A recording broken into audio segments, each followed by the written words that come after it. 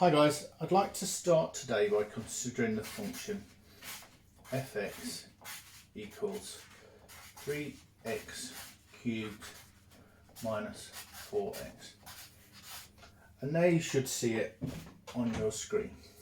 A really nice cubic with a nice peak and a nice trough.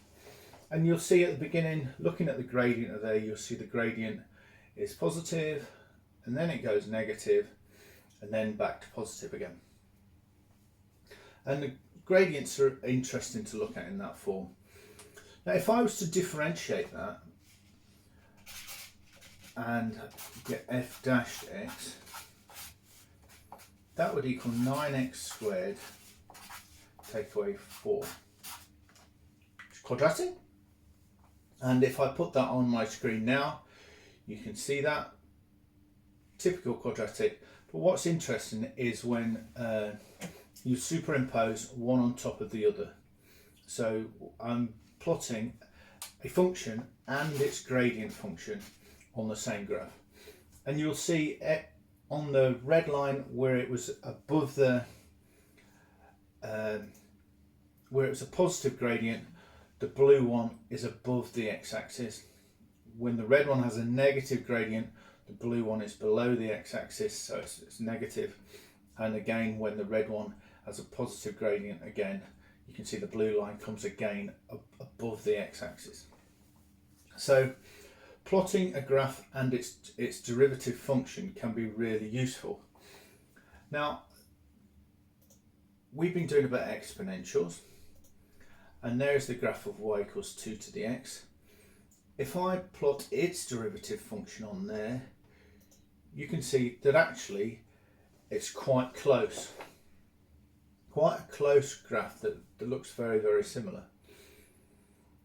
And when I have a look at y equals 3 to the x and its derivative, you can see they're even closer.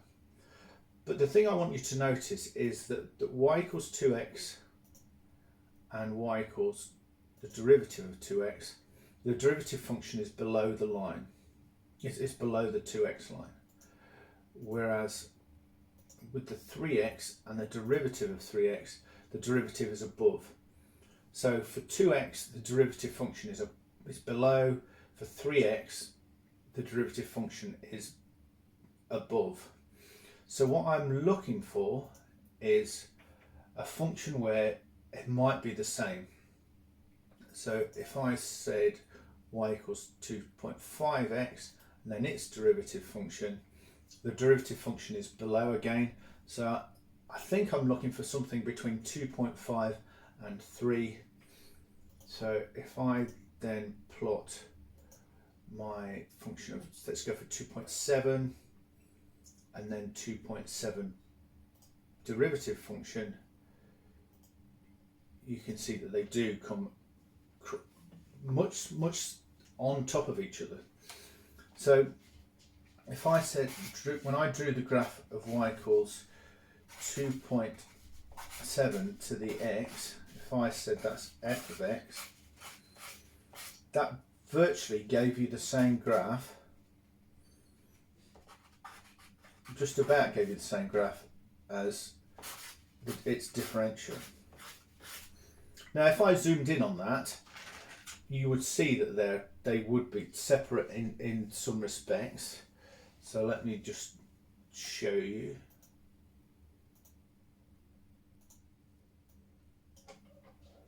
They're very, very close, but I can start to see them separating. So it's not quite exact. And actually the exact figure is around y equals 2.718x, and that gets you really, really close. But that's not exact either. And in fact, we could never be exact, because this number here is a new irrational number that we haven't come across before, a number called e.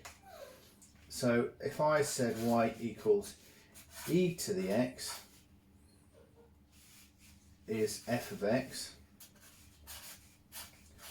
it's also the same graph as f dashed of x.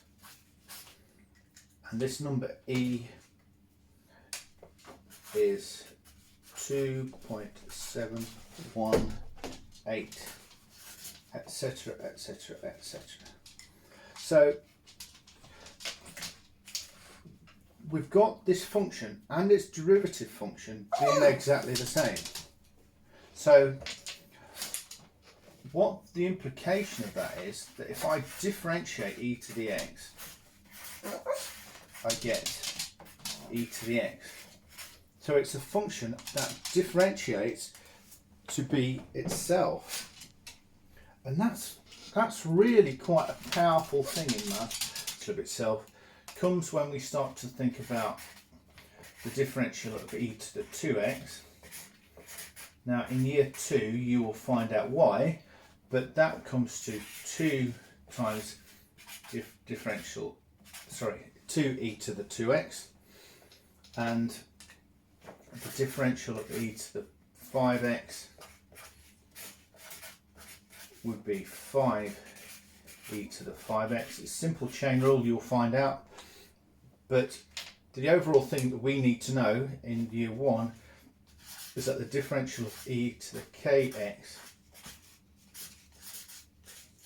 is equal to k e to the kx.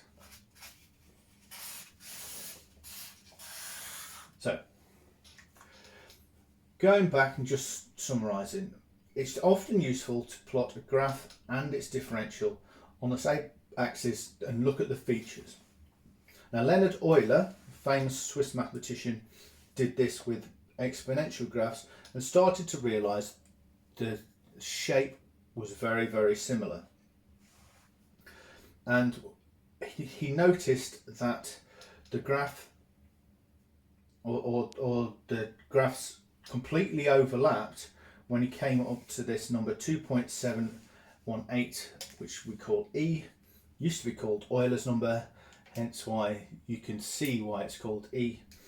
And this is an irrational transcendental number of 2.718, which goes on infinitely non-recurring, much the same as pi does, and will be used as much as if not more than pi in the future. The main feature is it differentiates to give itself, and if you put a constant in before it, it differentiates to the constant times what you had before. So that's interesting things for us to look at. On your calculator, the E button is, you press shift and the LN and you can see it just there, and that's how you would be able to work with E on these calculators. Thank you.